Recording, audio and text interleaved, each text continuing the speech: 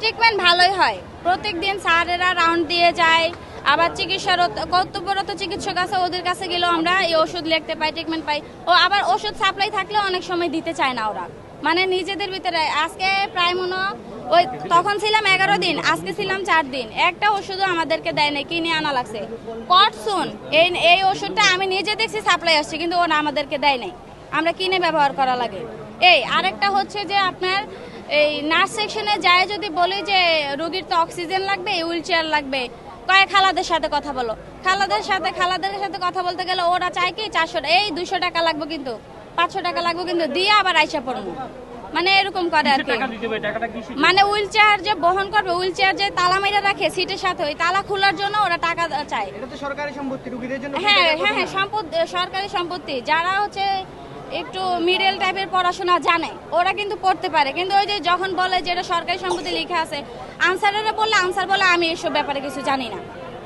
আনসারেরা বলে আমি এসব ব্যাপারে কিছু জানি না। আজকে যে মানে দালাল চক্র আপনাদের কিভাবে হয়রানি করে, কিভাবে? এটা তো তখন আমি সকাল থেকে ছিলাম না, ফার্স্টে যখন আসছিলাম তখন বলছে যে ক্যাবিন নিয়ে দিমু, রুম নিয়ে দিমু, এই সেই পরীক্ষার জন্য এইখানে ভালো হইব না, অন্য হসপিটালে যান।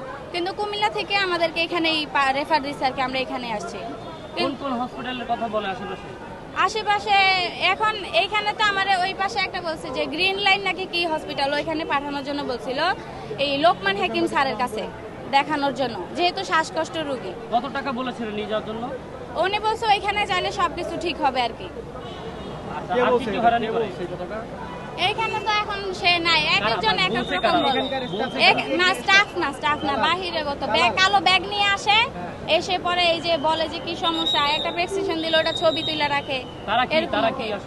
তারা দালাল ছাড়া আর কি হবে, এখানে লোক তো আর কি এরকম করবে না। তাদের সাথে আসলে কারা জড়িত আছে বলে মনে হয়? আমার মনে হয় এখানে যারা চাকরি করে বা যারা আছে তারাই আর কি থাকে সাথে, কারণ বাহিরাগত একটা মানুষ তো আইসে মতন এই জোর কিছু করতে পারে না, যদি হাত থাকে তাইলেই করতে পারে। আজকে যে র্যাবের দালাল বিরোধী অভিযান, এটা কতটুকু সফল হবে বলে মনে করেন?